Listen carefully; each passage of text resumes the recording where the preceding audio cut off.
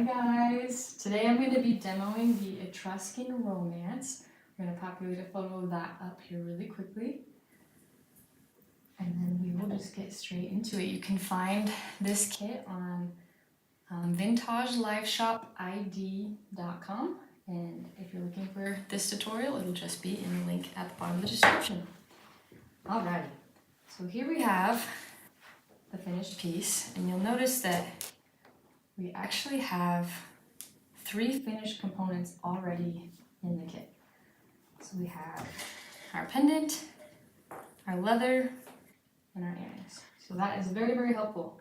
So I'm just going to go ahead and start deassembling this pendant. So there's just going to be this little notch right there. You can take your pliers. You're just going to end that way. So you can slip this guy right off. And then, can you grab me some jump rings? It looks like we could actually even just steal the jump rings off of this.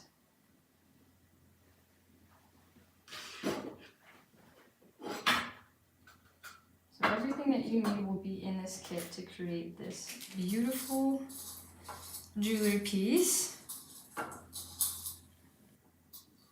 I'm just gonna go until you find the seam, which looks like it's coming right up here.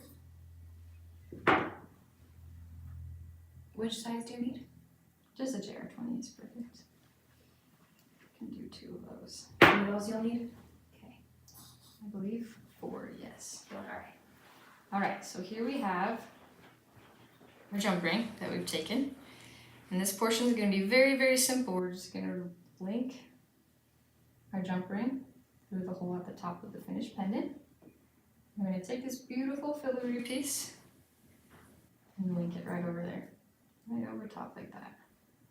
And then I like to use 2 pliers for this portion. You're just going to secure it nice and tight. And then you will be left with this. There we go. And it looks like I may have put it on backwards, which happens a lot. And that's okay, especially if you're a beginner like me. Sometimes it takes laying things out a little bit before you know which way to go. So all I'm going to do is grab this, flip it the other direction, lay it back down, and tighten. Just like that. And then we're going to grab this piece that we took off here, and we're going to take off this lobster clasp. You'll get a free little lobster clasp if you'd like to use that for any other jewelry designs that you're doing. And you're going to grab one end of this link here, put it right through there. I'm going to grab this side at the top here and pinch that with my pliers and then tighten. Very, very easy like that. Alright, now we're going to connect this top portion to our other jump ring. So we're just going to whoop. Super, super easy. I'm going to hold it right here, pinch it with my pliers. Grab it right there. Maybe. And we're just going to tighten up that side. Just like that. So now we have this beautiful pendant. Super, super easy. And then to attach it to the finished leather portion of the necklace, we're just going to again open up this jump ring, put it right through. Luckily this jump ring is big enough that we can just go like that and tighten. Beautiful. Alright, and that is a finished necklace. Super quick, super easy, and super beautiful. Very, very elegant. Alrighty, now we're going to go on to the earrings. This is going to be the more difficult portion of the kit. It's actually not difficult. If I can do it, I promise you can do it. Alrighty, so we've already deassembled this one here, just like that. So we're going to go ahead and do the same here. Just going to go ahead and bring that jump ring like so. And we can set this JR20 jump ring off to the side here because we will be using that already. And actually, now that I'm looking at it, we can just go ahead and keep that on there. I'm going to keep it over, but keep it open. So just like that. Lay those off to the side here. Now we're going to be creating our eye pin right here using a head pin, just like this. So what you're going to want to do, let's see if I can bring that up here. Put your bead through, just like that. And then you're going to want to, I like to do kind of right in the middle. You're going to just hold the bead like that and bend it to one side. Just like that, so it's nice and tight. And then I'm going to go ahead and clip off this portion here, the little head of our pin. Maybe I'm going to clip off a tiny bit more than that, just so that I can have the right length, so it's about that size. I don't know how many millimeters that is, or probably like 1 or 2. And then you're going to pinch it. You can see what I'm doing here, right at the end. And then you're going to use these pliers as kind of like a little base, and you're going to bring your bead up this way, just like that. Hopefully my knuckles didn't cover it, so you can kind of see where I'm at here. You can even bring it forward more than that if you'd like. And then I like to flip mine over just so I can see the finish here. And there you go. Perfect little head pin. I'm going to use my pliers here just to tighten it a little tiny bit, just like that.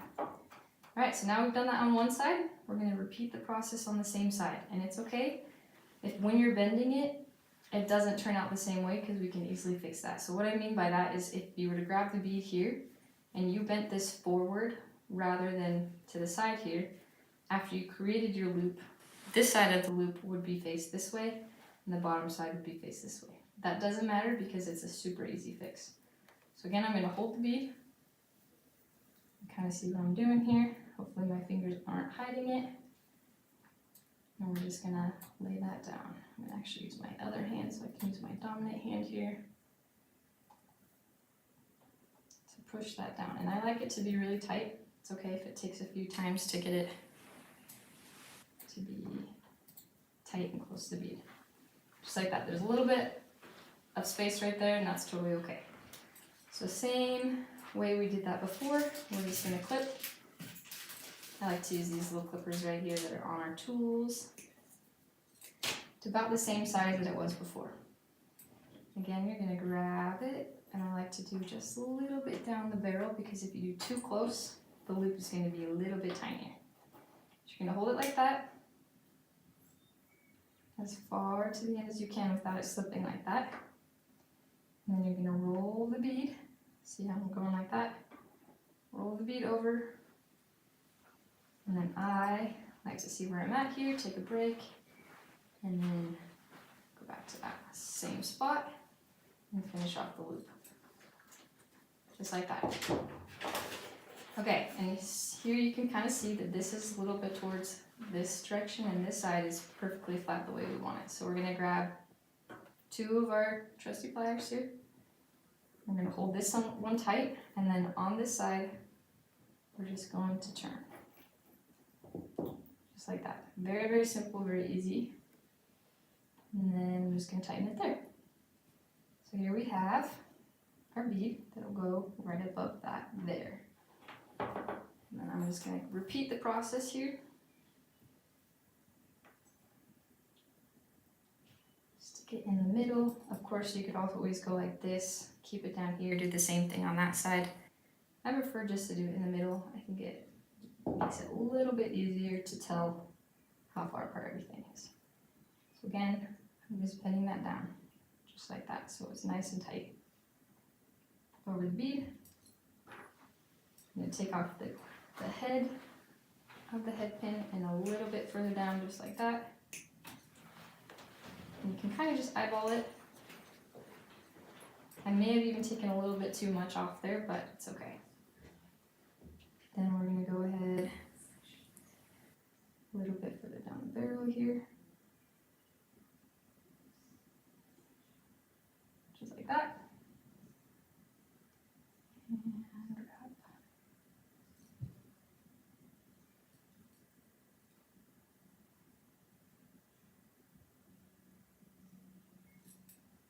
And sometimes, especially as a beginner, I do this often, it'll look a little bit more crooked, and that's okay. All you gotta do is straighten it out there, and then tighten it here.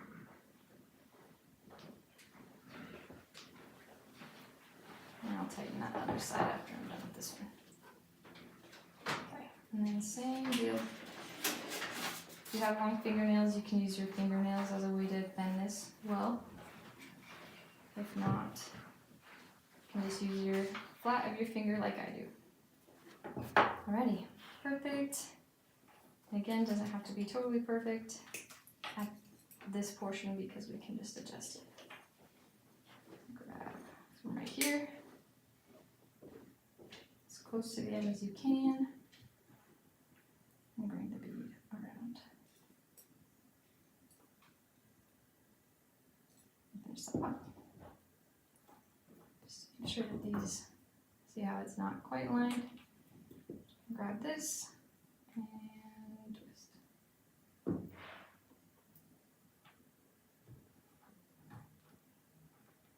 Okay, perfect. Alrighty, now I'm going to go ahead and loop one of the sides that we just did right over this open jump ring that we've left. Now we're just going to tie that tight. Kind of wiggle it back and forth until it's lined up perfect. Like that. The same on this side. Tight. Pinch on this end.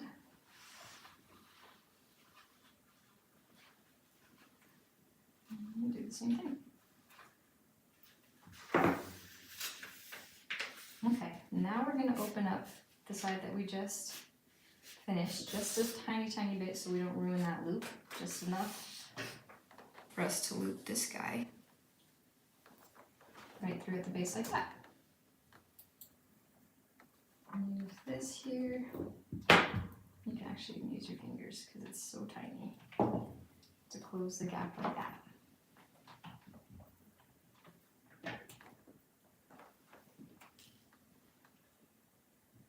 A little tiny one, open like that.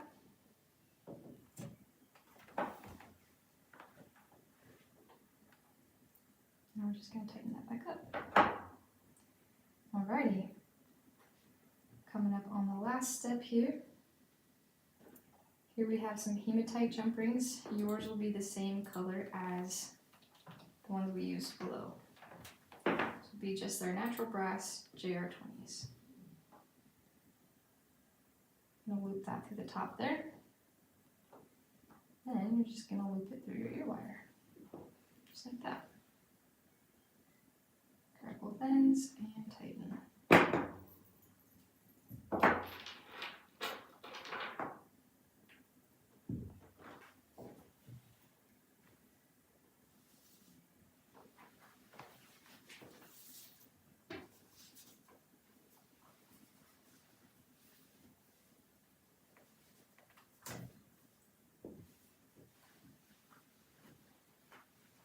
You got it. Okay, here are your finished pieces.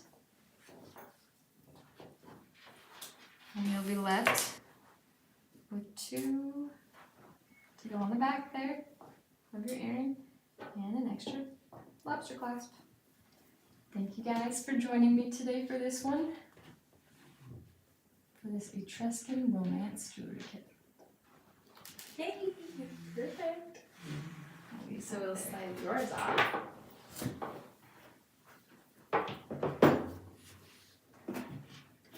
And I got my whole mat if you just want to use your whole, move your whole mat. Okay.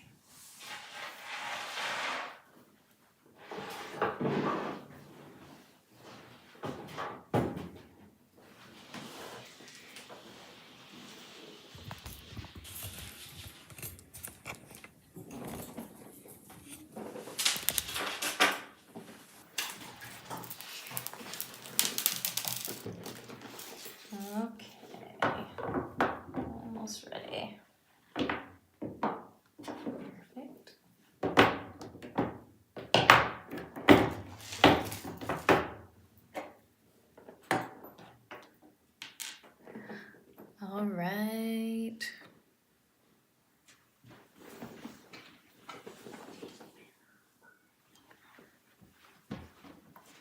Just want to change the band. Yeah. All right, I'm gonna go to me for 1 sec. Hi guys, I'm Mackie and I'm gonna show you how to do Moonlit Treasure Complete Jewelry Kit.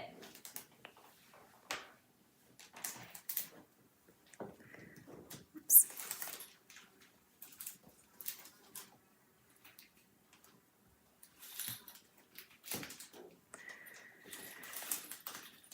Moonlit Treasure Complete Jewelry Kit.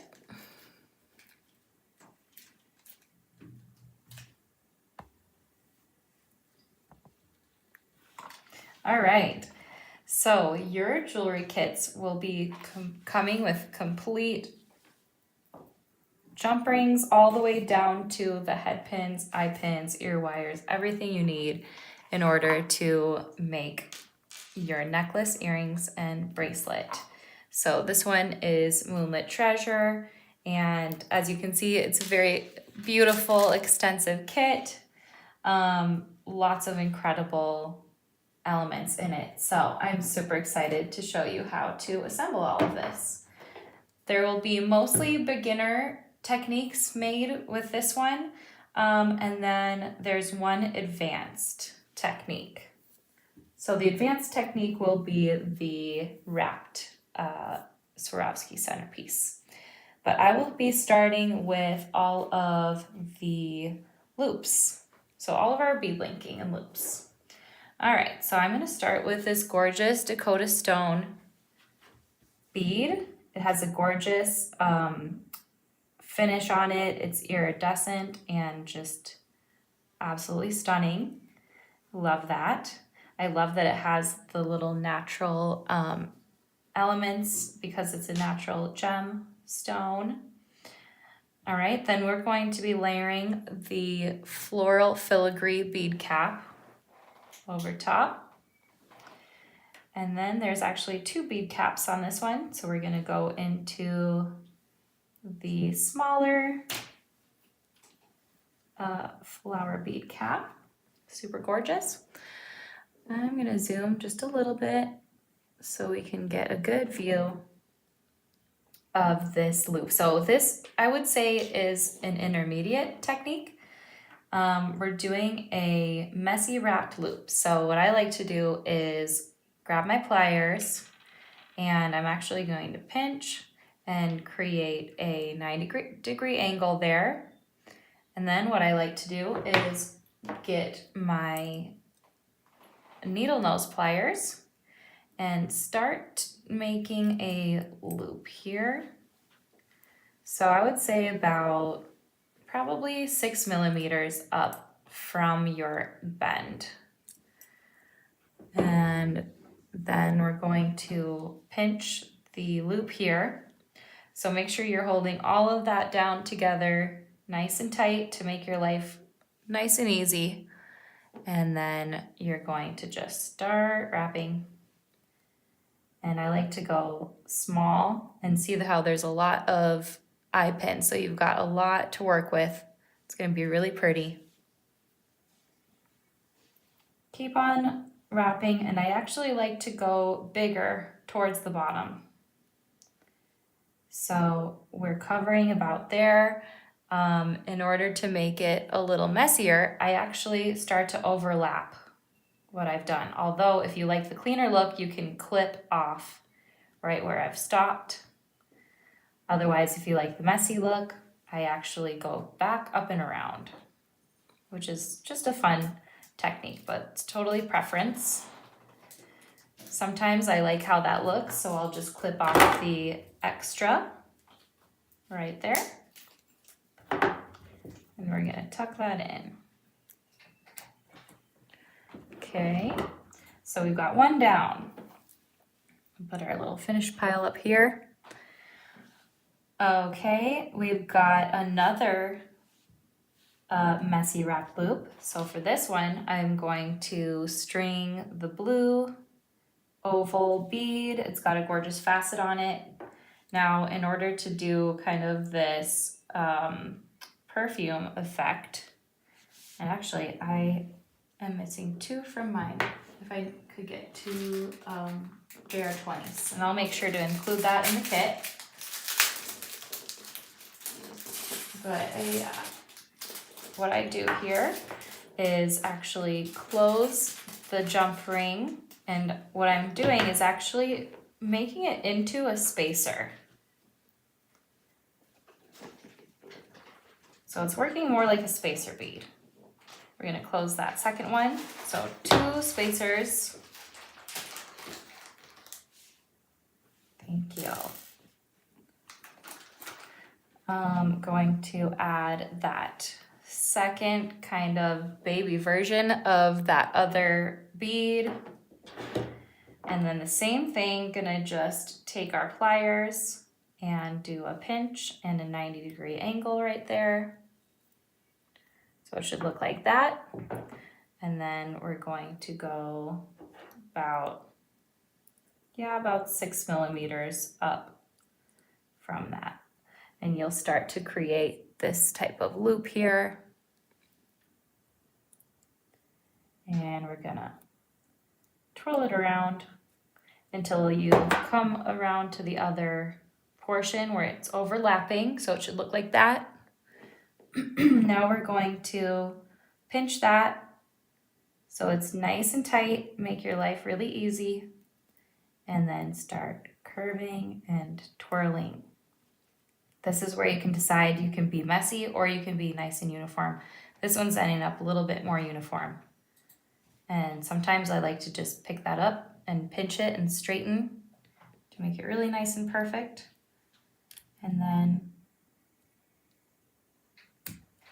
we'll just pinch down the rest. So there's our second wrapped loop. And now, after that is done, those are our only wrap loops for the kit. Now we'll assemble the thin jump rings onto our gorgeous vintage drop beads right here. So these perfectly slide right through. And we'll do that 3 times.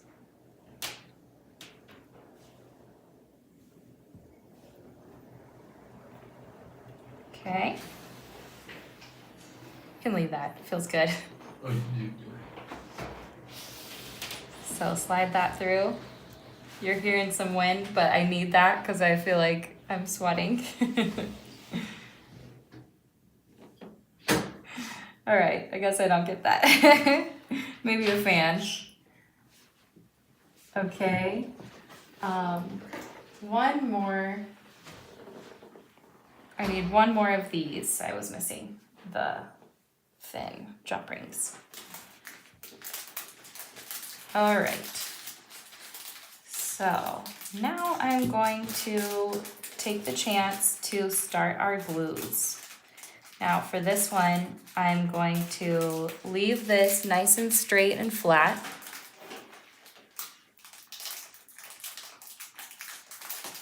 So what I do is place our chaton there, pinch it down, thank you, and then going to start to glue this. And what I'm doing is I'm actually just layering the glue so it's touching both the back of the chaton and the filigree piece. So just add it all together like that. And then we've got our first gorgeous piece ready. I'm gonna set this up along top. All right, now into our bends. So we've got a bracelet here. So what we're gonna do is start to curve, and this center component is curved the least since that's going to be on the flat part of your wrist. So that's just about enough right there.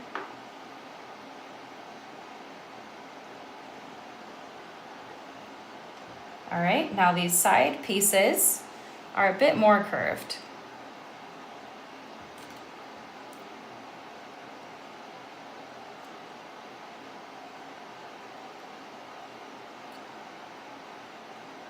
Okay. So a little bit more bend on that since it's going to be going on the side of your wrist. So that's looking good.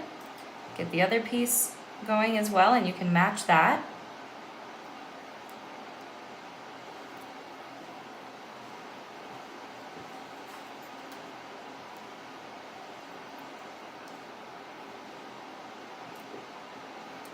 Okay, so that's nice and curved as well. We want to make sure to curve those before we glue, because when you glue your stones, that's going to kind of determine where that will touch all together.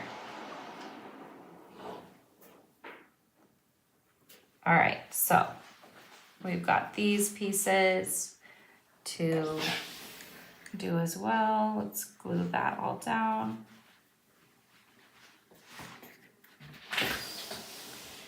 That's a nice glue there.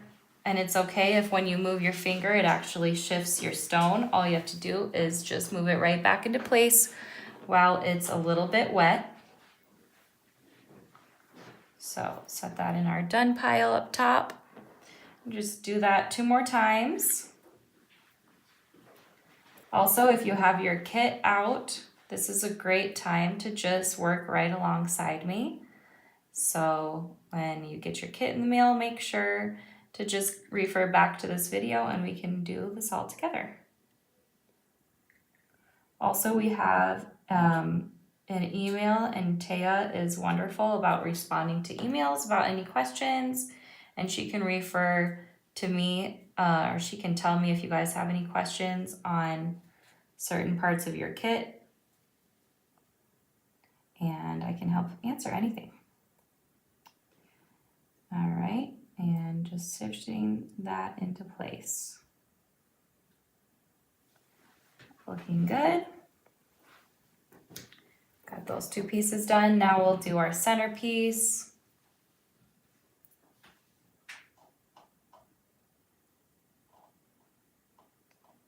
Okay, last one.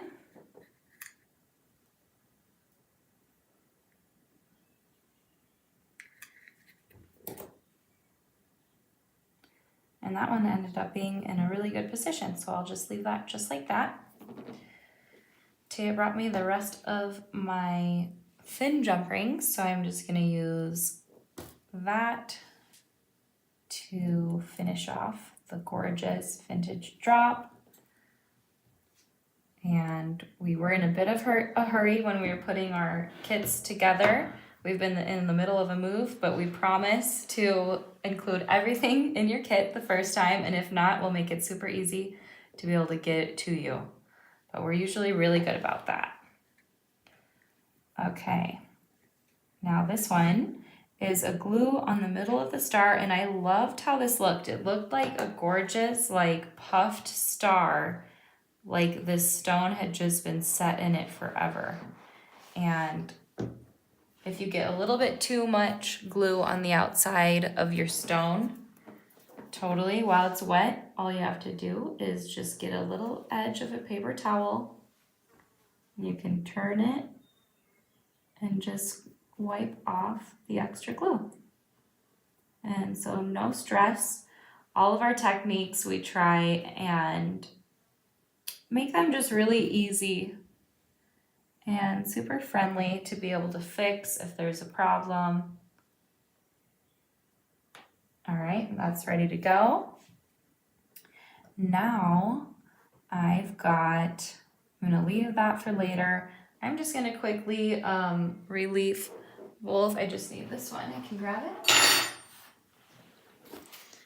A lot of times with our metals, we love to just highlight the raised areas, and that is so you can just see the beautiful detailing on our pieces. So that seahorse was a little hard to see, but now that we highlighted him, it is gorgeous, and you can see a lot more of the details. So like for this as well, we've got some gorgeous detailing on this piece, and we're just going to highlight that as well. You can also take it from the side of that. It's a nice way to go about it. All right, lots of good highlighting on that. And the keys will also be cute to do some highlighting. So a little bit, they're a thin little guy, so it only takes a teeny bit to highlight those, even one swipe. Okay, almost have everything prepped. The only thing we need to do yet is our advanced technique, which is the Swarovski Rivoli wrap. And if you're a beginner, we are going to offer this as an upcharge if you would like yours finished. So you can comment or email. We're probably going to be able to put a little comment box in our product for you guys to be able to mention if you need that. We'll work out the details for that soon, but what I'm going to do here is pinch that down. So what I do is I start in the center of that little fold and try and get a real even pinch just right there in the center. And then I'm gonna pinch either side down nice and tight. And again, with the sides of that point, get pinched down nice and tight, and that's already going nowhere. So this is a bit more of an advanced technique, like I said, so don't feel bad if that's too tough for you. We can work something out. But then we'll just flip the top and bottom down, and that's ready to go as well. In fact, while I'm here, I'm going to take the JR20, so you'll have 3 JR20s in your kit. Mine were just set offside of the camera, so this is the smaller jump ring. You're gonna add 2 little spacer beads. It's kind of becoming like a cute little eclectic little drop from the bottom of that. And we're going to, this one I just remembered I needed to use the bead awl for. Oh, yep, got it. So the bead awl is going to make the top and bottom a bit bigger so that you can get that jump ring through there with ease. Sometimes they used to use really thin jump rings back in vintage jewelry, but I feel like people's lifestyles are a lot more rugged these days. So we need a little bit thicker, stronger jump rings than what they were using back in the day when these stampings were carved. So just make that one a little bit bigger. So that one is ready to go as well. Now it looks like all of our charms and components are ready to assemble. So let's do, since we have the necklace portion here, bracelet portion, I'm gonna do the necklace first. Let's do that. So you see a big pile. I've got 20 of these jump rings. They're a gorgeous oval edge jump ring. And what we're gonna do is take our chain, and something I like to do is just hold the clasp and pinch to the bottom, and I hold it nice and straight. You can see me in the top corner. I just hold it up like that and find the center. And that's where we'll start everything.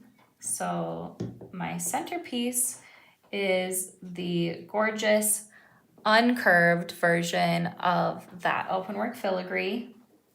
I'm gonna hang that through and close that up.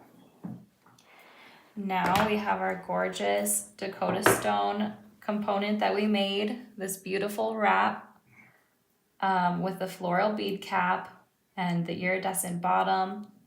Absolutely love that. So I'm going to take another oval jump ring. Open that up. And going to string that through. And that's just going to loop through the bottom as well. And we're going to close that up. Okay, so there's our center. So we've got that started. Now we're going to move on. I did the star next. So that should be dry enough with that glue. So I'm going to open that up. String the star. I had to find it again for a sec. There's so many gorgeous pieces in here. I couldn't even like see straight. So pretty. Now we go with 3 links in between. So we're on our first link. There's 1, 2, 3, and then 4. So we want to make sure you're nice and lined up. So you want to make sure your chain is not twisted, but that's nice and even. So technically the 5th link up, you'll add this star. A lot of people like to use those necklace trays for seed beading. I think they're mainly used for, but they like to use them for building necklaces as well. So you can decide to use one of those if you'd like. All right. Then on the other side, I'm going to use one of our cute little vintage drops that we created with that loop. And this one is just going with 1 link in between. So that's going to fill that little gap between the Swarovski and the centerpiece. So next is our gorgeous Swarovski component that we made. Gonna open that up. All right, loop that through, and again, just 1 in between, and then we'll add the loop.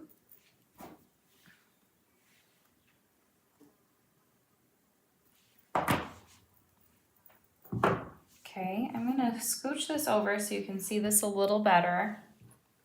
I'm always super concerned about what everything looks like for you guys, so I want to make sure that you've got a great angle on seeing what we're doing over here. So I'm going to center this necklace a little more. Okay, that's better for you guys. Okay, so after that, we've got a cute little dainty key coming up on our charm necklace. So open your etched oval again. And oops, I grabbed that. It's such a pretty little bead and it feels so good that I just wanted to grab it again. Okay, so 1 link in between and our key is going on that necklace. Teeny little key. So cute. Okay. Now we've got our little perfume bottle that we made. Super fun. I'm going to open up another oval etched jump ring. And this one is going with 1 space in between from the star, and then, so that's next to the star.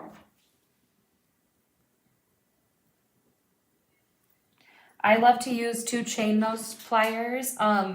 In our beginner tool set, we only include 1 because a lot of people prefer to just use their secondary plier as the needle nose. I prefer the chain nose, so if you're interested in doing it how I do, I would just grab 1 more pair of the chain nose. So that's good to go. Now I'm gonna do the gorgeous puffed starfish, or not starfish, sorry, seahorse. I love that it's double-sided. It just has such a good feel about it. And this one, again, I had to get the hole a little bit bigger. These etched jump rings are a little bit bigger than usual. So all you do with that is put your bead all through until you feel it stop, and then you'll stretch. So you pinch and stretch your bead all and the hole. All right, that should be big enough. I might have to go a little bit bigger. Let's try a little more.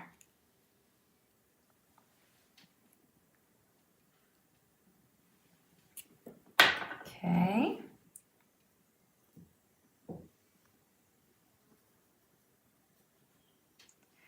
Alrighty. Now this one is going through one loop and then add. So every other loop on the left side will have a charm. So will this, except for in between the star and the centerpiece, just because there was that star took up enough of that area there. I didn't want to crowd it with a charm. Okay, so now we've got this gorgeous open work drop. Reminds me of just a stunning window in a castle or something gorgeous like that. Very Renaissance vibes. I love it. So that one as well, we're going to leave a loop and then hang. And that will conclude our necklace. So that's already done and looking so fun and pretty. So there's how the necklace looks. I love it. I'll see if I can switch to me for 1 sec so you can see the scale of this. So there's the necklace, and we'll go right into the bracelet. Okay. Into the bracelet. So we've got our 3 pieces that we've prepped. So we did remember the center is the least curved because that's going over the flat of your wrist. And then the sides are a little bit more curved. Again, with the oval etched jump rings. These are the only jump rings used in the bracelet kit for today. Now there's a couple ways you can go about this. You can either slip your jump rings around the holes of these and the pieces kind of slip and slide, or you can punch holes, which I'm gonna do right now. And you'll actually be punching holes in every single corner of all of these. A hole punch is something that we use a lot with our products. So we consider that a beginner technique since you'll be doing it all the time. These hole punchers are really nice. They're super strong and super easy to get them to go exactly where you need.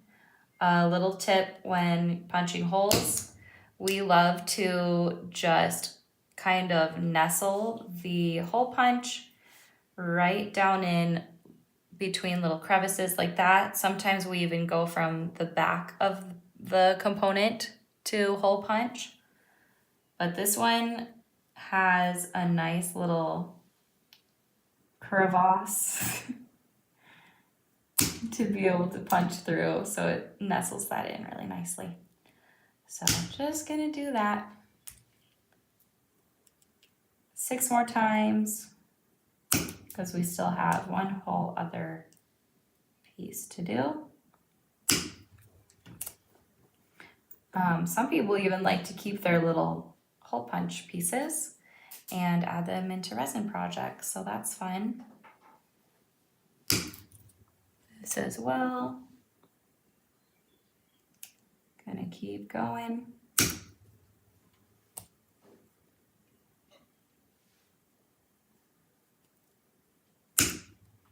And one more.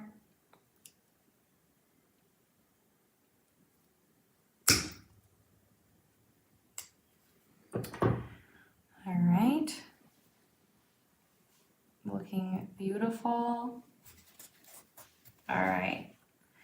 Now, I didn't wait for this to dry quite long enough. I'm gonna let that glue dry a little bit longer while I finish the earrings.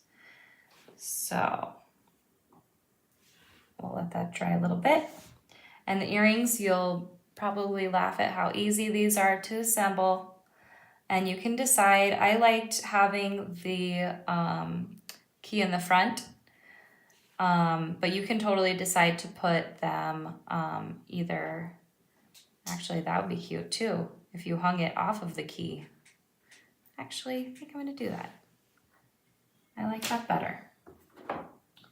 So we're gonna open up this jump ring. Sometimes I close the jump ring so well I can't even find the opening anymore. But this is cute to just hang off the side of the key. Oh, no it's not. It hung totally crazy, so I was right the first time. Teya, would you mind plugging this in for me? We're at 10% on that. The charger's right there. All right, I was a little wrong on that venture. So I'm gonna redo it and just hang it right behind. Okay, we're gonna slip that through. Okay. And we're gonna do that again. Yay, we're charging. Looking good. All right, string that key. And like to do a little wiggle, and then it pops right into place. You don't even have to open up that ear wire at all, and that will be nice and secure for a really cute little bonus pair of earrings with this set. All right, so those are ready. I'm gonna set those up there, and just a little bit more assembly on the bracelet and we'll be done. Okay, so here I've got the oval jump ring. Going to take the super curved side along with the less curved piece and hang them together and close that up. Okay, I like to check it out, see how it's looking. Set it down while I pick up my next jump ring. So we're working on the center component attaching to the left side or right side, whatever it ends up being. Doesn't matter because it's symmetrical.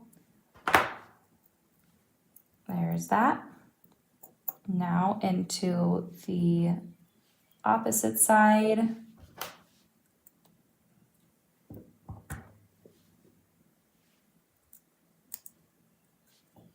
And as you're making your pieces, you'll totally find little things that are unique to you, like how you decide to, what type of pliers you use or how you do your loops. Some things are unique to yourself, but it's fun to watch tutorials and little things on how other people do it, because sometimes you pick up on something that you like better for yourself. So even if you're a seasoned artist or new, these are great to watch. Okay. Get that in place. Close it up. All right. So there is the center of our bracelet looking great. Now I'm going to take this chain that we've included in the kit, and I'm actually going to take that in half. I like to open the unsoldered chain and leave the piece to the side. All right, in case we need it in order to make anything even again. So this one as well, we'll take. right, so now we've got the 2 sections for that side of the bracelet. And again with this.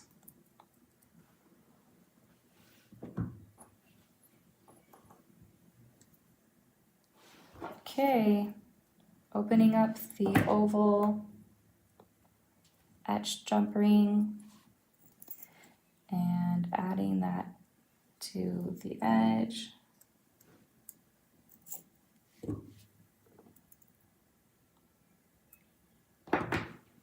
Okay, and I'm just going to do that 4 more times.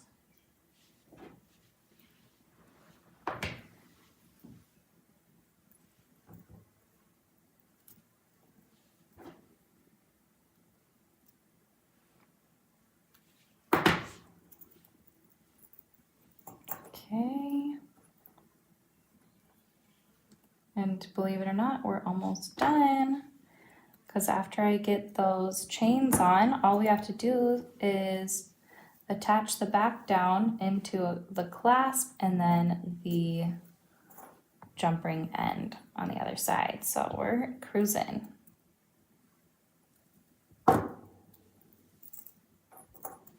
Okay, into the next.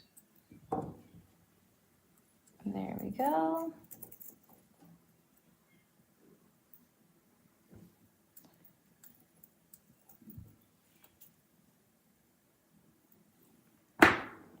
Okay, so your bracelet will be looking like that. Your chains will be dangling off the sides.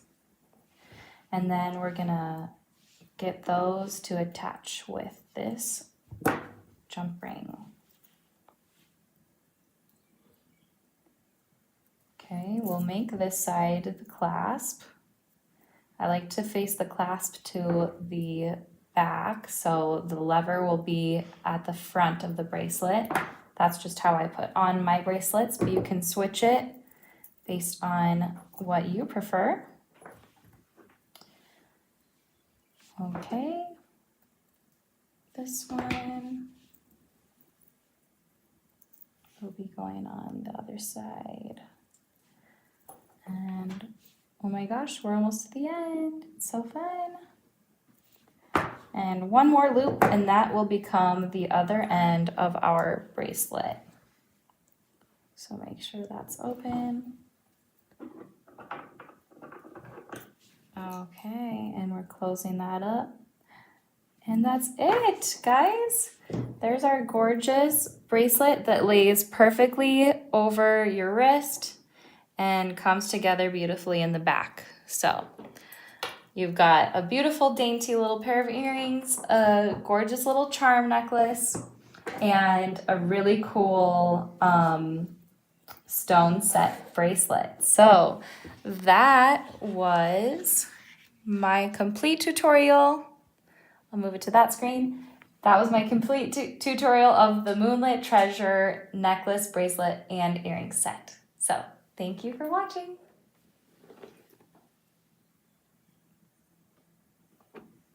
Okay, Teya, there's yours. You can just keep sitting there. Oh yeah, that's right. Let's go like this. And move this over. Are you fine with me introing yours? I'm just gonna go over with Okay. I'll just do. You can fit? Yes. Okay. Oh wait.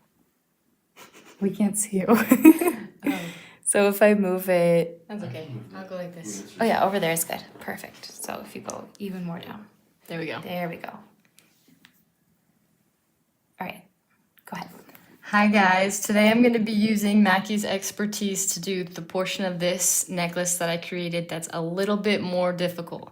So she's going to be doing a wrapping of a crystal for us, and then after she's done with that portion of the tutorial, then I will squeeze on in and then finish it up.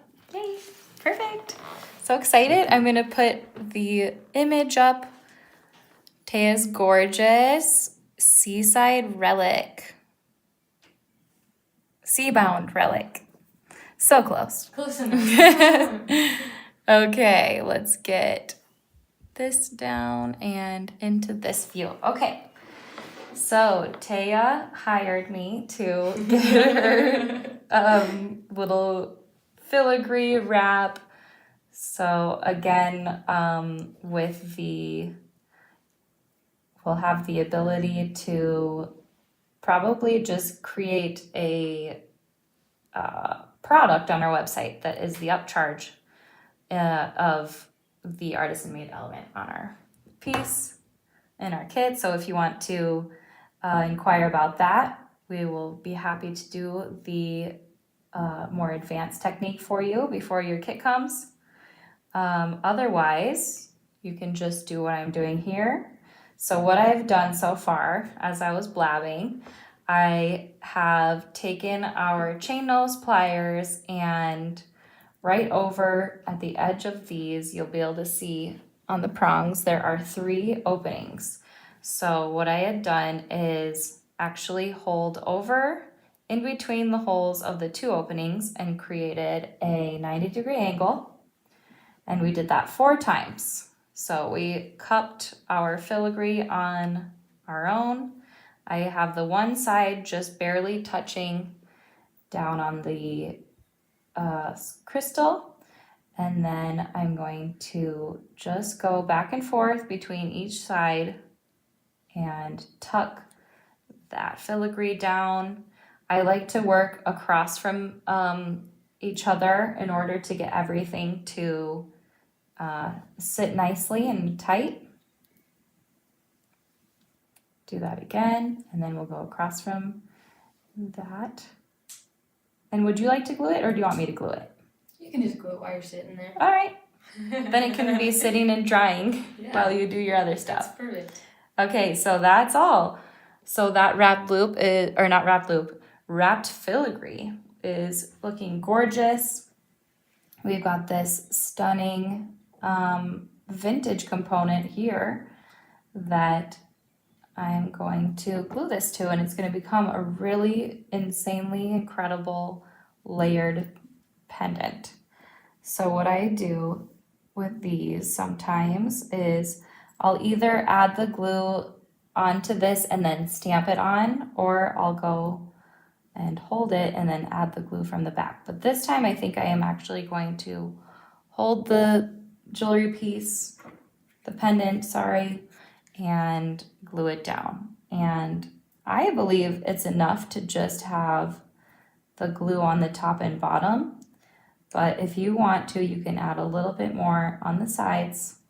And what you're gonna do is just get that down and starting to fuse to your filigree. And just make sure you have it all centered. It's okay if it wiggles around. Your glue is still wet at this point. So you want to just make sure the top and bottom are lined with that poof there. The petal poof. All right, that's gonna sit up top while Teya finishes her tutorial. Beautiful. Yay. Thank you, Mackie. You're welcome. Alrighty, so I kind of want to be able to show this necklace piece as well here. So we're just going to scooch this over to the side, and then we can see the full component. So we have some freshwater pearls, we have some genuine stones, these little green guys right here. I forget what they're called, forgive me. And then of course we have that filigree piece and the beautiful pendant that Mackie did. So I wanted to say this is doable for beginners. I've done it. It just takes a long time.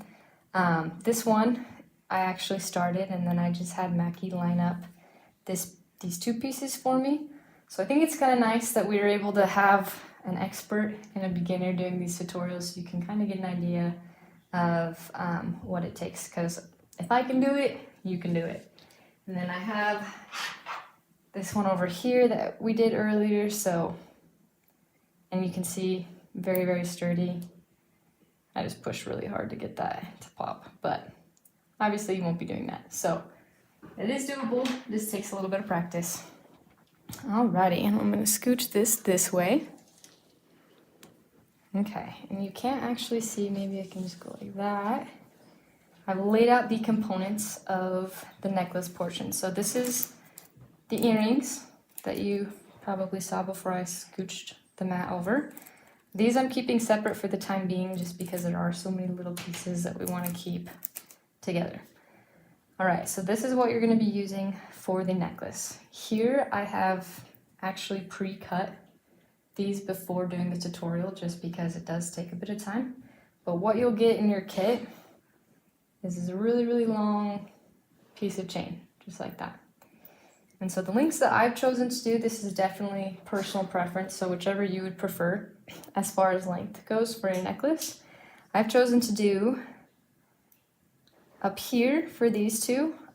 Oh, I guess you can't see that. Let me show you. There we go. So for these two, I've chosen to do only 9, so that's going to be all of these. And then also same length for those ones as well. And then for this one down here, I chose to do, this one is our longest one. So this is 13 links, which is just up here in the corner. And then down here, we have, it doesn't really look like it because they're all bent together, but our shortest one that I used just right there. So then those I chose to do about, I believe it was like 11, or one of our shorter ones. So I think this one was 11 links, that one's 9, and then that one's 13. But again, up to you, personal preference, however you'd like the length to look. Okay, so because we've already snipped those all out, I'm just gonna go ahead and start creating these beautiful pendant type bead runs that I've done. And I can start with the easiest one and then kind of work my way up. Okay, so in your kit, you're gonna be getting 2 of these size head pins, and then you'll be getting 5 of these size head pins. So for the little ones, I'm gonna grab our pearls here, freshwater pearls. Just gonna add that there, and then I'm gonna bend this portion so it's nice and tight there, just like that. And again, I guess maybe not again for this video, but if it's not matching the way that if we bend in the end, it's okay because we can always fix it. Grab my trusty pliers here, and I'm just going to use this portion that we can to cut, and I'm just going to cut up until right about there, so you can get a little bit of a feel for it. I'm going to grab it right here. Then using these as a base, I'm not moving this guy, I'm just moving the bead over like that. And then to kind of get an idea of where I'm at, I'm going to flip it this way. So you can see, line it up again, and then I'm just going to finish it. And tighten. And I like to use these guys to tighten just because I feel like it's quite a bit easier to get that than with those smaller ones. Okay. I'm gonna grab that and twist so that they're lined up on the same size. And you can tell that this size is actually a little bit smaller than this side. Not by too much, but if that's something that bugs you, just leave a little bit more on that end when you're snipping. So we're gonna do that twice. I'll just do it again here. Probably don't need to talk you through the second time.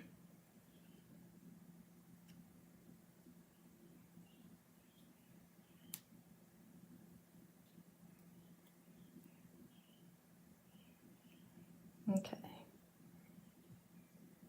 And it looks like the pearl that I've chosen, actually, sometimes that happens with real pearls. They will not fit through just because they weren't processed all the same. Can you grab me a new pearl? Yes. Thank you. Okay, while Mac is grabbing that for me, I'm just gonna slide this through this one.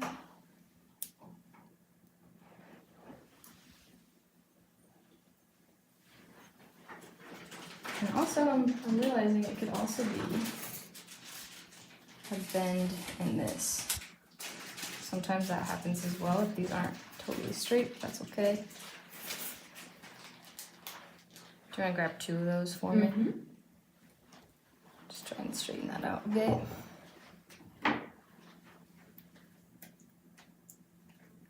It could also just be my headpin is not straight enough.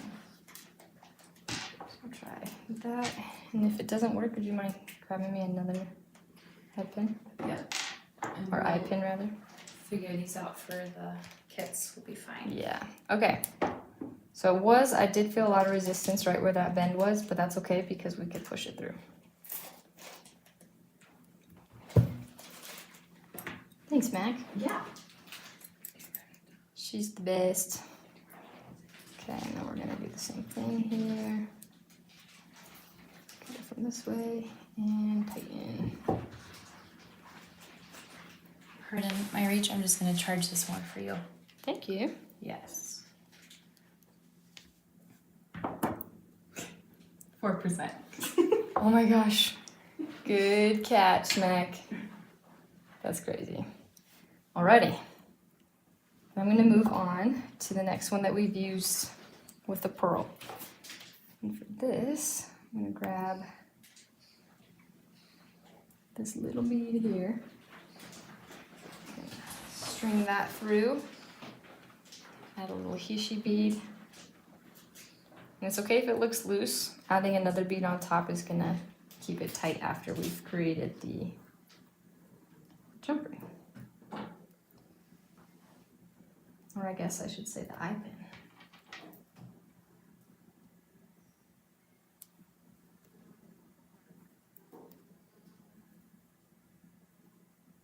Okay, sorry, I'm just struggling. A lot of times you can work these through. So while you're there, can you cut me another pearl? Mm-hmm. Sometimes if they don't budge, it's not even worth trying. If you end up having that issue, we're gonna check them before we kit them. But if you end up finding that that's an issue, just let me know and we can do two things to help fix it. We can grab some pearl pins that you can use that will fit through basically anything, just because they're a lot tinier, or we can send you some new ones if they're still available. So you're just gonna push that down like that, and then mimicking what we've done down here, you grab another hishi bead, just like that. Grab the other blue bead that will be in your kit, and that's how it's gonna look. Alrighty, and then you're gonna bend, and I wanna make sure that I don't bend where the bead is. My hands are a little bit sweaty right now from doing this all day, so if you... And it's especially hot. It's actually so hot in here. So, yeah, but if you don't have sweaty hands, it'll be a lot easier, I promise. Okay, just like that. And this one, it's kind of a silly one, but because of how we've hung this guy down here, this bead is actually going to be opposite. So you can see how both of our loops are facing the same direction for these ones. It's going to be the same thing throughout the entire kit except for with this pendant. Because the reason we want to do that is so that this entire thing lays flat. So if you can kind of see, this one is shaped like this, and this one down to the bottom is laying flat. So that's what we're going to do here. And even if for whatever reason you accidentally do it perfectly and line it up really well, totally okay, you can always change. You can always change it up. We're just gonna wrap. Go back this way. I think I probably would have cut just a tiny bit more because this is bigger than I wanted it to be. But again, it doesn't super matter because it will be hanging like this.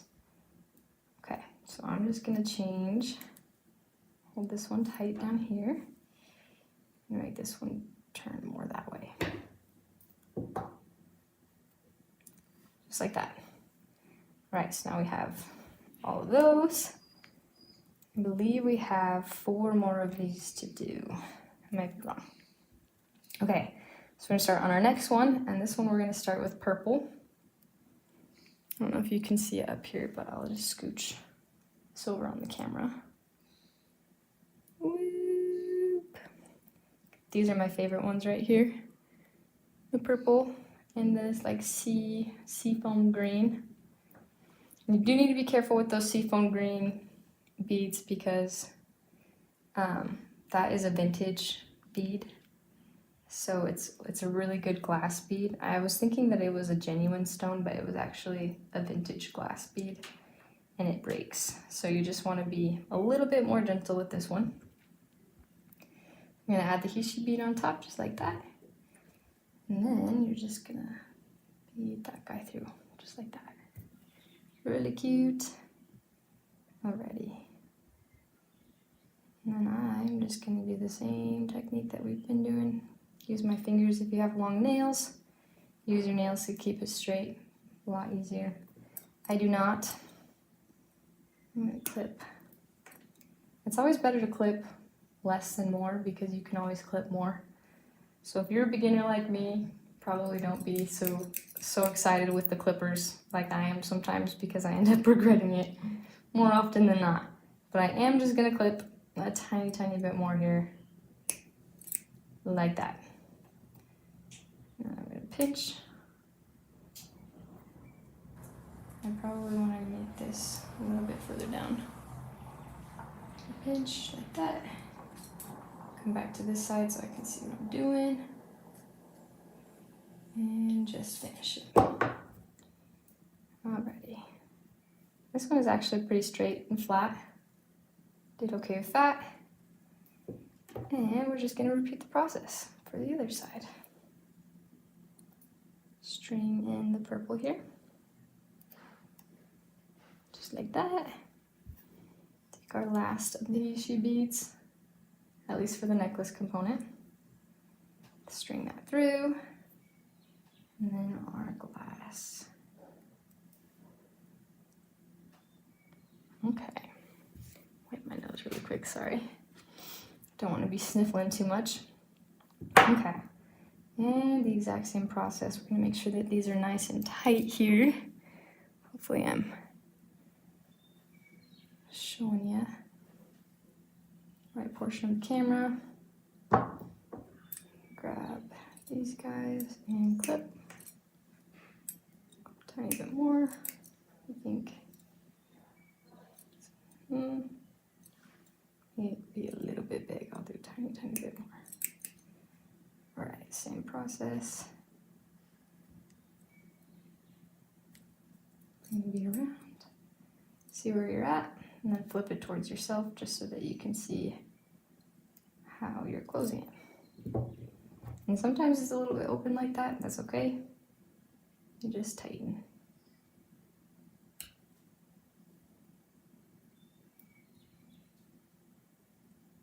Just like that. All right, and you can see that these are laying opposite directions, so I'm just gonna go hold one tight and turn the other one around. Perfect. And then if it's not perfect or whatever, we can always swap it out later. Okay, so we have two more that we're gonna create. And this one, we're gonna start with these really pretty blue. I don't know if you can tell, but that's one of my favorite colors. You string this vintage bead right over the top like this. And then we're gonna add one more. And that's it for that top component. And just the exact same process here. My hands are getting more and more sweaty, so forgive me if it's not as clear as my hands are slipping around. Okay, and clip a little bit more here.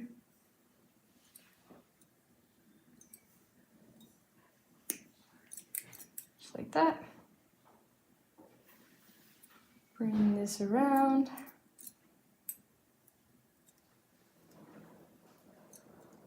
And just gonna tighten it with this one.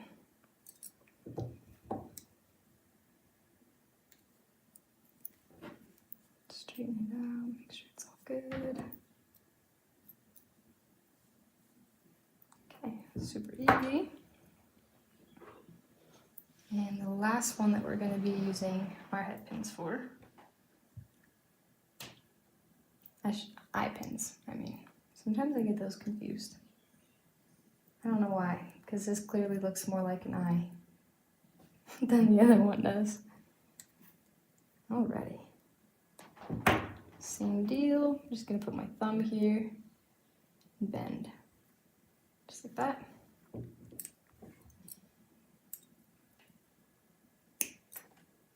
Clip a tiny bit more.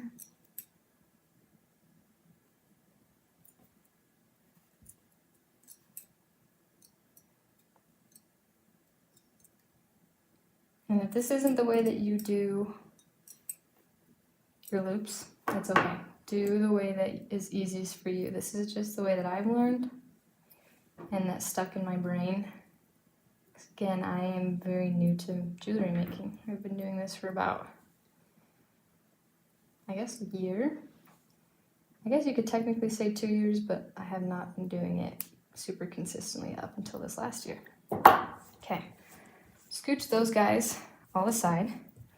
And then before I start connecting and cutting, I'm gonna do one more little artisan portion. This guy right here, I wanted it to kind of look like a seashell or a mermaid's tail, just to go with the theme of the rest of the necklace. And to achieve this, I'm gonna be using 2 paints. Well, one's a stain and one's an iridescent, but this is what it's gonna look like when you get it. We have my favorite stain. It doesn't say the name on the side of it because this is just the one that I use all the time. This is the elderberry stain, and we can have somebody link that in the description or the comments, depending on where you're watching this. I'm just gonna shake it up a little bit. You don't need a lot, but the stains do come out a little bit quicker. So I'm just gonna put that, actually, first I'm going to, you can use a head pin for this or an eye pin, but I like to use this really pretty thing. Just because I kept it open, so dried up a tiny bit. All right, so it comes up pretty fast. You're just gonna do a little drop, just like that. And then starting with the dry brush, this is our technique that we use to make very brassy toned metals become more natural brass or more antique brass, however you want to say that. But it helps kind of match the rest of this necklace a little bit better because there's not really any super bright brass goldy tones, and so I want to change that tone there. And even if just from the look of it right now you're like, oh, I don't really see a difference, where you can tell the difference is when you flip it. So we got this, see that, and then that. So it is pretty cool. I'm going to also do the back end as well, and just a tiny bit there, maybe even too much, but you're just gonna buff it. And this is easiest I found on a dry brush. And then I would like the top to be a little bit more purpley, like that elderberry color. If you just want it to be more antique brass or natural brass, you don't need to add another layer. You can even buff it and it'll just tone it out for you. But I do like the purpley look as it pertains to this pendant for this necklace. So just like that, I'm gonna wipe my brush a little bit, and then I'm gonna use our iridescent green. Just gonna wash that brush. We can also get this one linked as well. You can get them separately, or you can buy them in little kits that we've cultivated over the years. There's beautiful paints and stains and metallics that I think, and everybody thinks goes really well together here at Vintage. Gonna use this guy again. Oop. Okay, and this one I'm just gonna set to the side here. Just like that. Make sure my brush doesn't have any more purple or elderberry. I'm gonna pick all that up and just dab it in. And that, I guess that wasn't on camera, sorry about that. Dab that in just like there. And I like how that looks, but I kind of took off some of the elderberry, so instead I am going to dump it on top to make it a thicker look for this one. Just because I really like this iridescent, and I can always buff some of it out or pick it up with the edge of a paper towel. Honestly, whichever you prefer. And I think I'm going to bring it up a little bit too because I like the gradual look. Okay. And there we have that. So I'm going to set that aside to dry just up here. Don't have a wipe with me, but this comes off so amazing on the silicone pads, which if you'd like one of these silicone pads, they're super freaking convenient for paint and designing, and we could probably also link that either down in the description or in the comments depending on what you're watching. Alrighty, so now that we have all of our little baby components assembled for the necklace at least, we're going to start connecting things. So I'm going to put those right up there. And this is the finished, you can kind of see up in the viewfinder potentially. Maybe you can't. You can see my hairy arm though. This is the finished necklace that we're going to be using and that you'll get with your kit. So how I like to do this, I like to pull it straight like that. And then you're going to get your little side cutters. Let me make sure that this is actually on screen here. Okay, pull it straight so that the lobster clasp is directly diagonal to this section right here. And where did I put those guys? Side cutters? Yeah, do you know where those went? Oh, I can.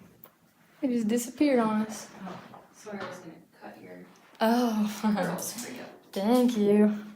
Alrighty, and then I can tell that this guy laying this direction. See if you can even see that. There's just one when you pull it tight that will be laying horizontally rather than vertically. And that's the one that you'll want to cut. If you're a perfectionist, you can always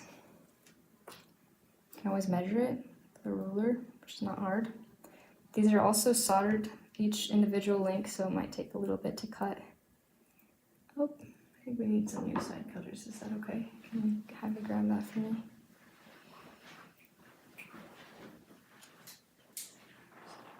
Alrighty. There we go. Alright, so that's going to be the base. And if this is too long for you, I probably personally don't think that I would wear it this long. Let's see if I can show you in the little corner camera that we have up there. I don't think I'd want to wear this one this long, but if you do, you can leave the chain just like that. If you don't, you can just snip right up here. I'll show you down here. You can just snip a little section right there. And then that way, if you wanted to use it to make this portion longer, you could do that as well. It's very, very customizable. So whatever you prefer, I say go for it. So I'm gonna go ahead and leave it at the link that it's at currently. Then I'm going to start taking our little jumpy rings. These are JR10s. This is the only jump ring that you'll be needing in this entire kit. And I'm just going to move my mat a little bit this way so you can see everything I'm doing. I'm just going to grab your link. Thank you, my love. Grab your link just like that. And then we started out with these ones, so I'm just going to loop that down. And tighten.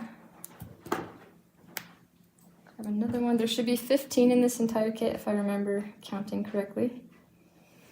But it's always good to remake the kits so we know if there's anything that we're missing or that you might need. Just in case, it's always nice to have those. So you're just gonna link that through and tighten. Okay, and now for the fun part. I thought this was fun. It's a little bit meticulous, but not the only reason it is because of how small these guys are. So I'm gonna go ahead and grab one of these pre-cut links that I've done. And this one again was 9 links if you wanna count it. It's totally up to you how you would like to do it though. You can make it longer, shorter. And so the only reason that this is a little bit tricky is because of their size. So I think what I'm gonna do, start out with an open jump ring. And this first one you hang is pretty easy because it doesn't need to be perfect or line up with anything. All you gotta do is hang it on there. And to make these thicker and to just add to the look that I went with, we're doing 2 on 1 hoop, just like that. And while this jump ring's open, I'm just gonna link it through that bottom one right there. And tighten. And then we're gonna do that exact same thing. Grab another one of our JR10s. Open that up.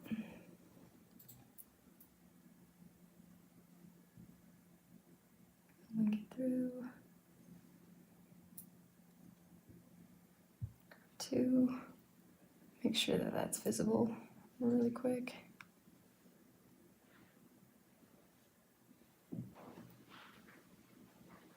Okay. Might be going in and out of focus, but it's not too difficult of a thing to figure out. And then loop it through that bottom one. Boom.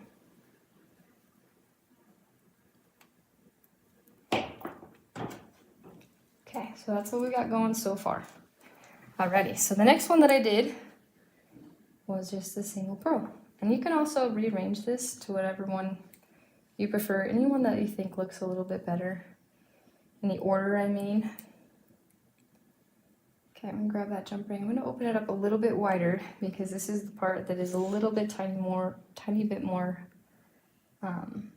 meticulous. And so the way I'm gonna do it, I'm gonna show you up in this corner here.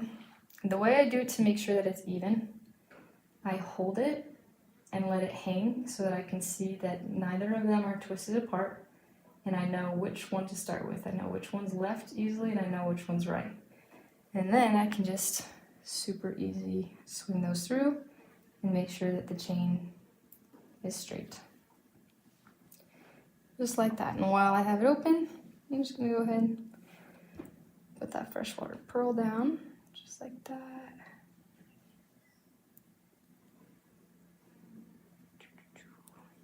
I find my little sound effects, sometimes I do that. Okay, perfect. So now we're gonna do that exact same thing. Grab, I'm just gonna look in this viewfinder, make sure I can clearly show what I'm doing. Open that JR10, and I'm gonna try doing it underneath here, so let's see. You can kind of tell what I'm doing. So I'm gonna let it hang. Make sure it's all lined up. Make sure I can tell which one's left and which one's right. And then just swing it through. I think that might be focusing on something else, but alrighty. I'm gonna grab that pearl and close them.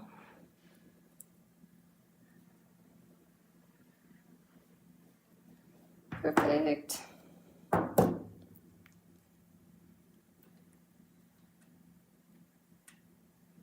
Okay, so that's what that is looking like so far.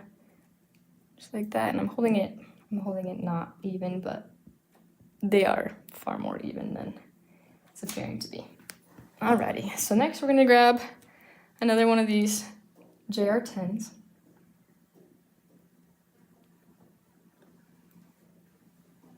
Yeah, sometimes these are so good, it's so hard to find the seam. Alrighty, and I'm gonna grab this. So you can lay this way or this way. I've laid it this way in the past. I don't know, should I do it? I kind of like the green first. I kind of like that, so I'm gonna go ahead and stick with it. Loop that through, and loop that through. Super, super simple and easy. I'm gonna close up that jump ring at the top there. And then this bottom one, we're gonna have to open up in a sec. After I do this other side.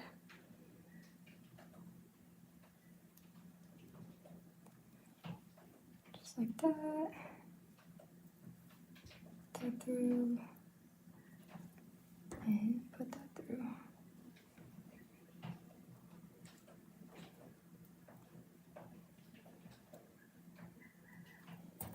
Okay. Go. Perfect. This is looking so good. Alrighty. So for this next portion, we're going to be hanging another section of the chain. I believe that these are all the same size. They got a little bit tangled up, so I'm just going to quickly double check that these are all 9 links. 1, 2, 3, 4, 5, 6, 7, 8,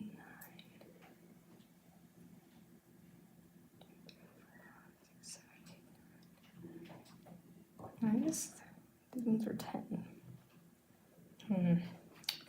1 second. All my little links that I laid out got pushed together. Pretty sure these are all my 13s. Okay, yeah. We're good. Okay.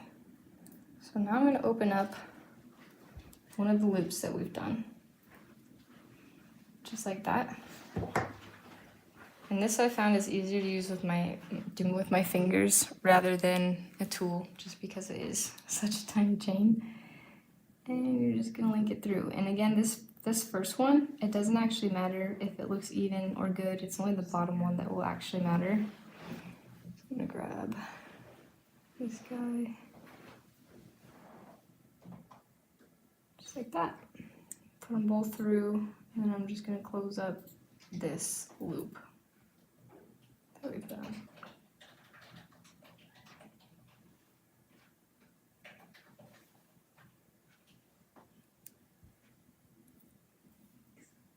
Just like that. Put it at an angle so I can tighten it a little bit.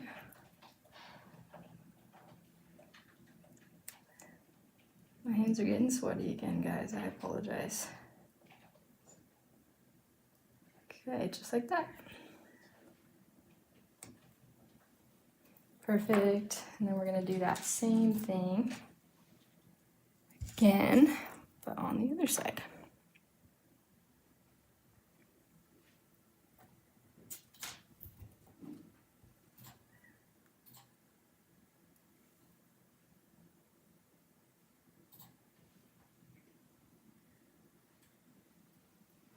Okay.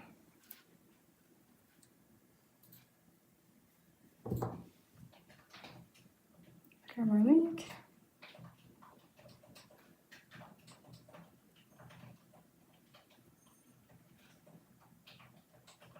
Push that through. We get a little bit of keyboard ASMR in the back, hopefully. Hopefully you love that. I actually do. I really like the way that keyboard tapping sounds. Okay, so it looks like these are two different chain sizes that I grabbed. So I'm gonna take that one off. Find, oh, found it.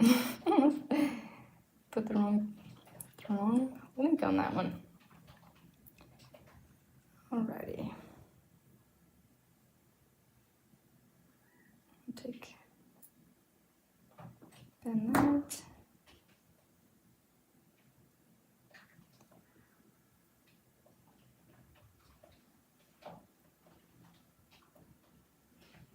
Hopefully you can see that okay.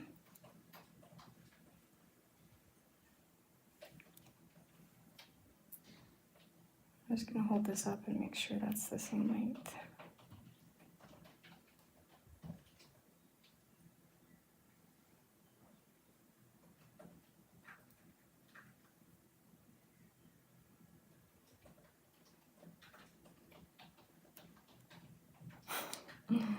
It's not. Done it again. Okay.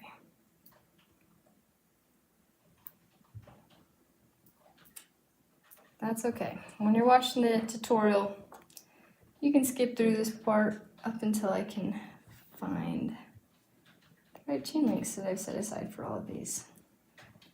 Pushed them up in a ball, and that was just kind of a bad idea. Okay. 1, 2, 3, 4, 5, 6, 7. So that one's a long one. Looks like this one.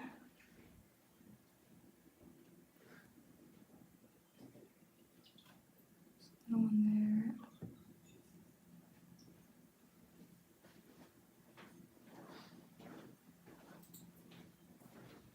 there. Okay, found it. It only took me however long that took me, a million years. Alrighty. Put that through here.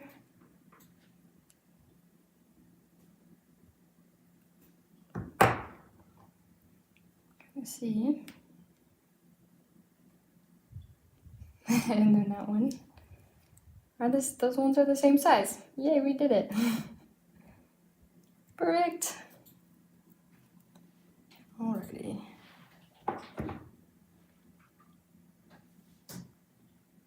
I'm just gonna count before I start linking.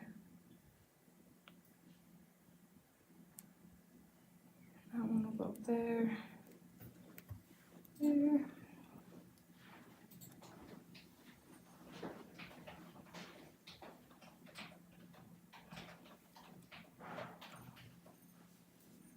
I wonder if I lost my other ones somewhere, because these ones are my long ones. I could have grabbed a chain. I have a chain. I just don't know where I put those other ones. Oh, you have like the actual chain. You could just make more. Yeah, let's do it.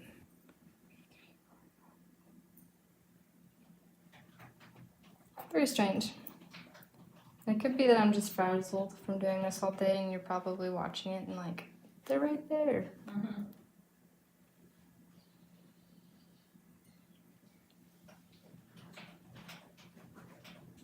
But I do appreciate your patience with me. Hopefully you can just skip right through this.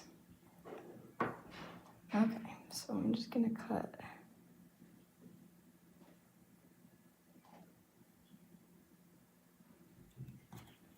Off this guy because I lost the two other ones that I'd cut. Or maybe I just thought I cut them and I didn't, but alrighty. And we want it to be even with this side. So 1, 2, 3, 4, 5, 6, 7, 8, 9, 10, 11. That's what we're using here. So we're just gonna do the same.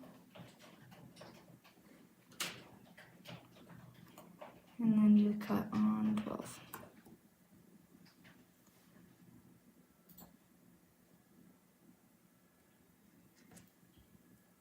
And they're so tiny sometimes, it's like I feel like I need to double, triple count just to make sure that the necklace isn't uneven.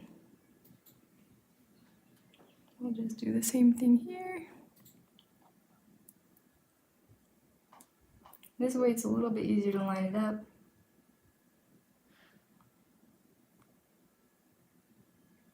I'm just gonna cut on 12. All right, there we go. Now we can finally finish this section. That's probably gonna be like the longest part of this whole tutorial, so sorry about that, guys. Alrighty.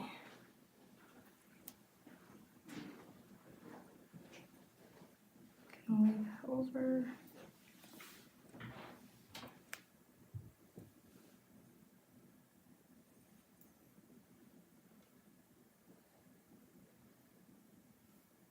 And this is why I mentioned it. It's a little bit meticulous just because it's so tiny.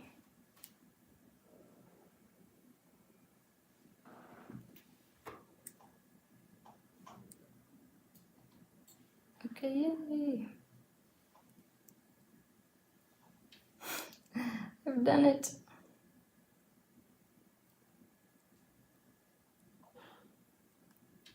I think this is my first time doing it or something. Alrighty, perfect. Okay, those are looking good. So next is a pretty fun part. We're gonna attach the pendant that was shown at the very beginning of the live. Go like this. And then I like to sitting this way. You could also make it sit that way, but I kind of like just the up and down look. And I'm just gonna set it in there. So from this middle portion, you can see there's like 1, 2 little loops, and I'm gonna do it just on the third. And I can see here that this side has a little bit more, so I'm actually gonna pick a different side and just do this one. So this one you can see has 3 holes there. I'm gonna pick that one.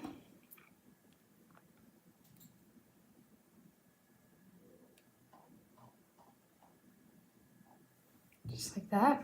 And then same deal as before, we're gonna hang these so that we can tell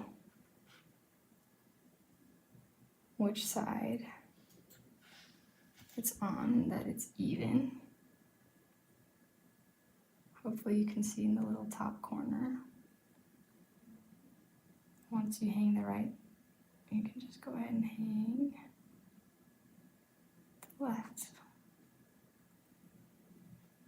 Right over jump ring. looks like I need to hold a little bit more space on the jump ring. So we're gonna rotate it like that. Grab this piece again.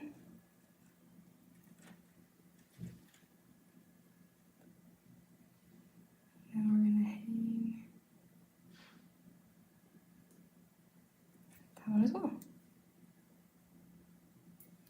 Now we can go ahead and close this.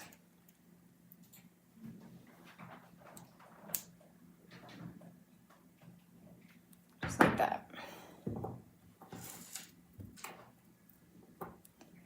And we're just going to do the same on this side. And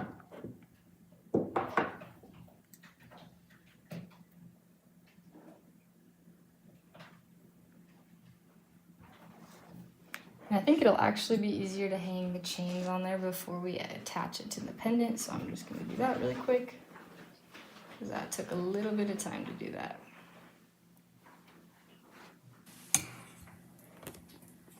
Just like this. Do you mind if I use this for a sec? No, go for it.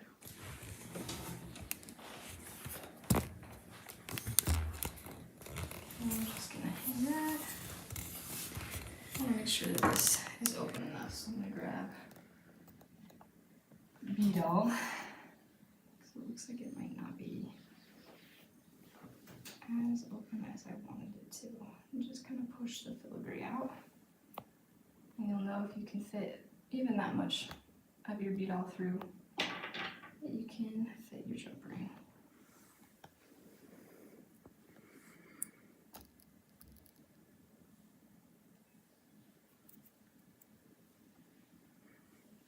Hold that here.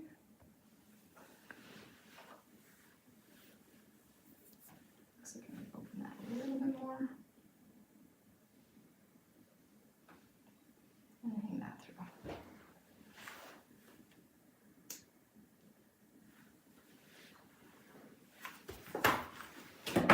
Perfect.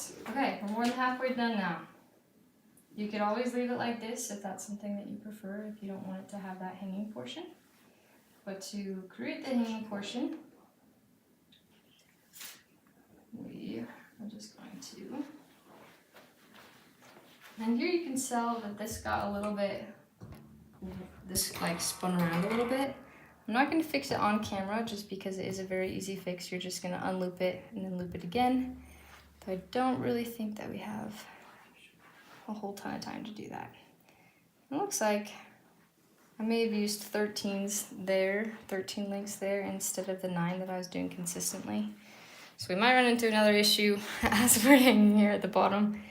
I appreciate your patience.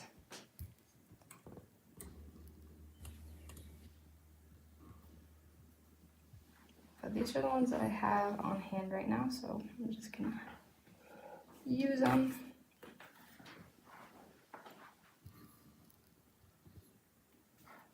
As long as they're the same size, it should be okay. We got 4, 5, 6, 7.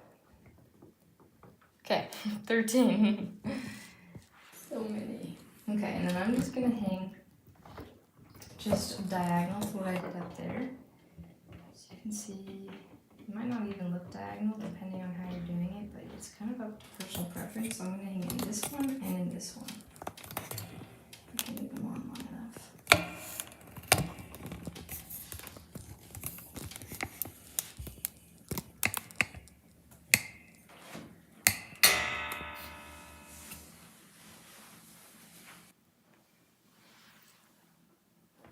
Just need to open the jump ring a tiny bit more.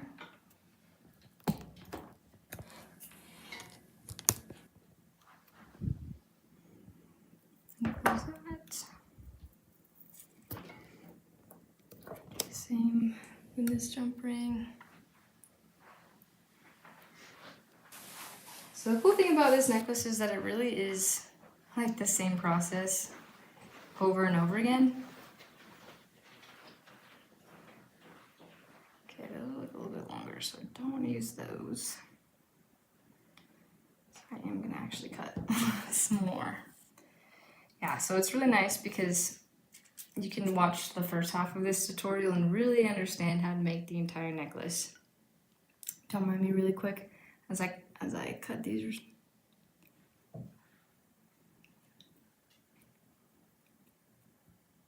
Snip.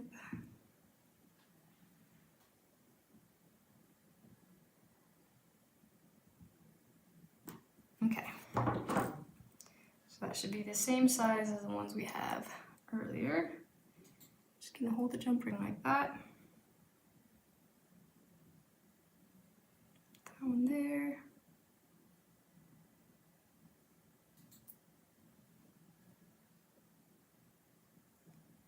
And that one there.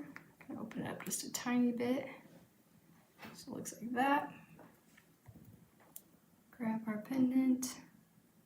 Just gonna hang it through that portion of the vintage filigree.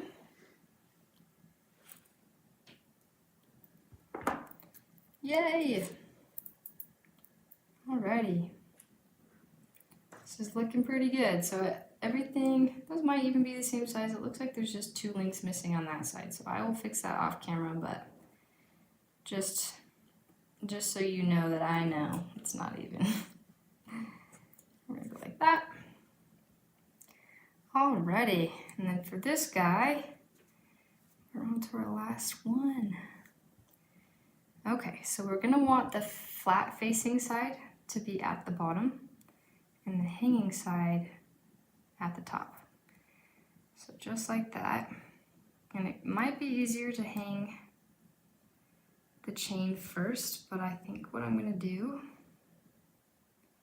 like if you were to do one side of 2 of the chains in there and then put the pendant through and then doing the other side would be really easy. But hanging it up like that is really, really helpful. So I'm gonna hold and pinch. I hope you could see that in my corner photo there. I'm gonna hold those. And I can tell that this is the left one. So I'm going to stick that guy through. And I can tell this is the right one because it's hanging straight. I'm going to stick that guy through. I hope you can see that. It's really, really tiny, but basically you're just stringing it all together on this jump ring. And you tighten it. Okay. So this is what we got going so far. And when I pull it tight, you can tell which one. It's a little bit funky. But that's a-okay. You can always fix them. Always fix it. Okay. Now, onto the easiest portion. Just gonna grab our jump ring. And because I got so mixed up on the links, these are not gonna be identical to the original one that I did. So we'll probably post the original to the finished jewelry section on our live shop if anybody's interested in getting that. I'm just gonna link this through the bottom here. And then for our last jump ring, I'm gonna do the same technique. So you're gonna open your jump ring and let the chain hang. I hope you can see this in the top right corner. So you're just gonna let it hang like that.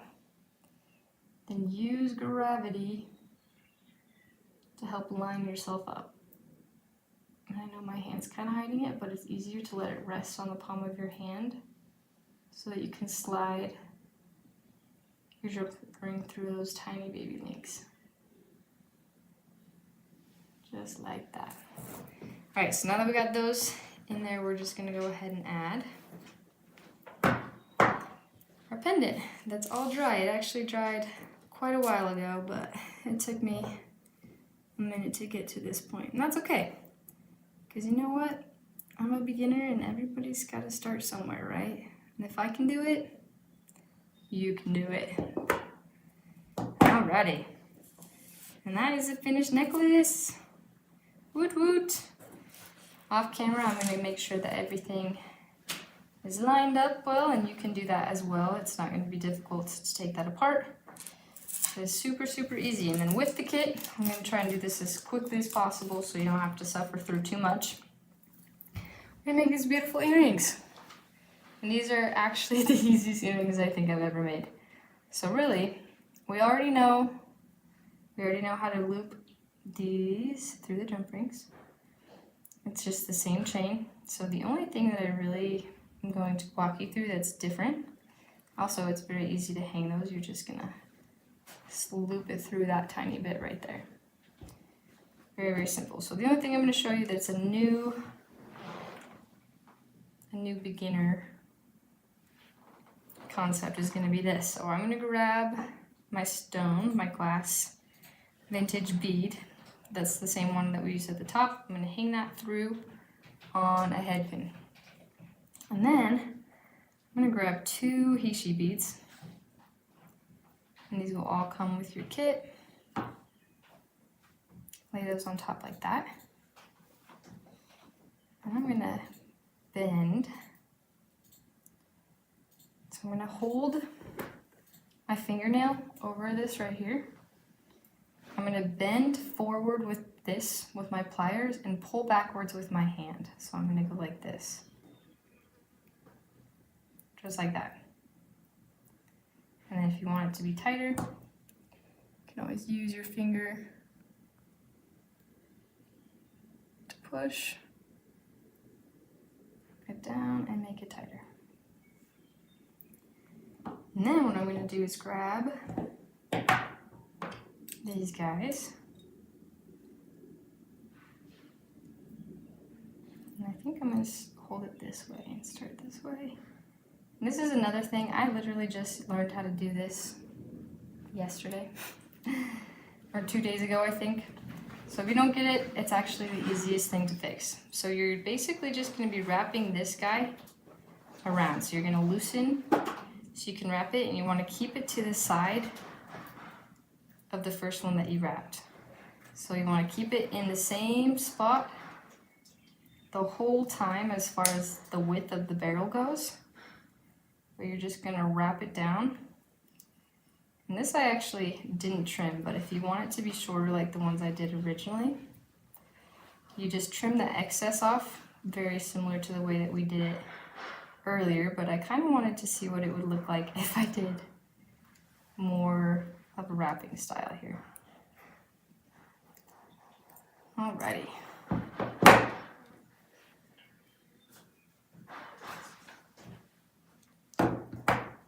So I kind of like the way that looks. Just like that. And if you wanted it to look more like this, you do the exact same technique, except for you trim off. After you put them down, you trim off about this much excess. So just like that. But I kind of wanted to see what it would look like hanging. So then we're just going to grab this guy. Like this. Add both of our wires here.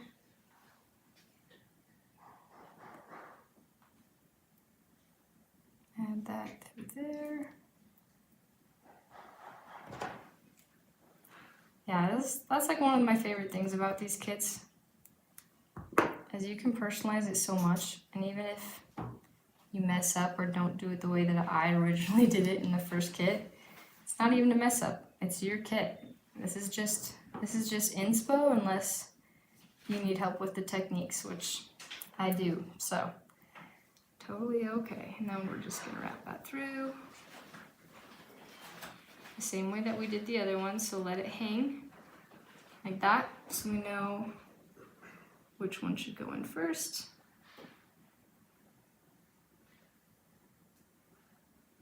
Perfect. And then just gonna grab our ear wire.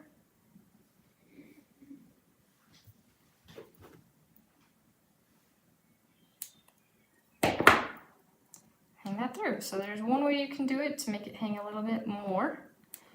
And then I'm just gonna demonstrate one more thing before I say goodbye to you. Just in case you're wanting to know how to make it tighter, like I did in the original one. Again, grab that stone, glass bead.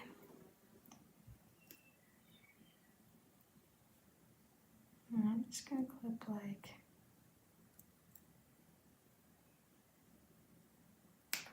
right there. Gonna hold it down here, pull back this way, just like that. And then while I'm here, then I can see that I actually want it shorter. Like this. Just that same technique that we did for that other one. I want to make sure that we keep it to the side.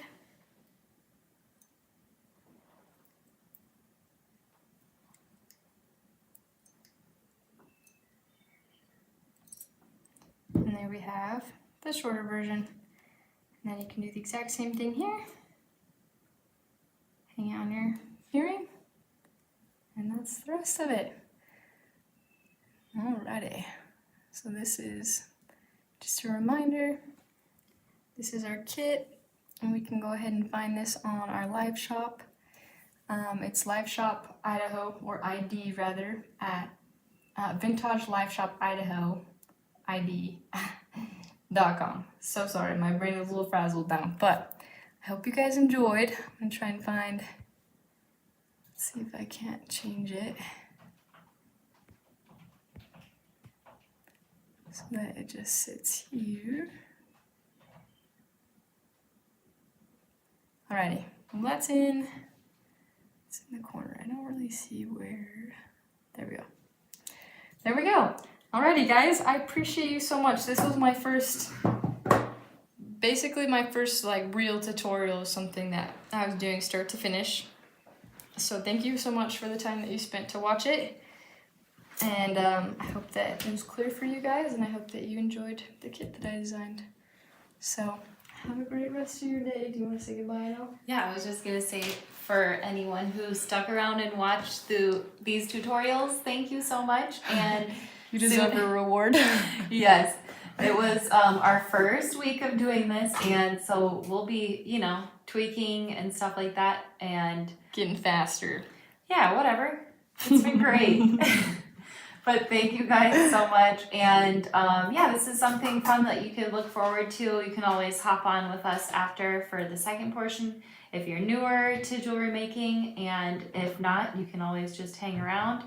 We'll be quiet around the second portion since we're running it more like a YouTube video or a tutorial.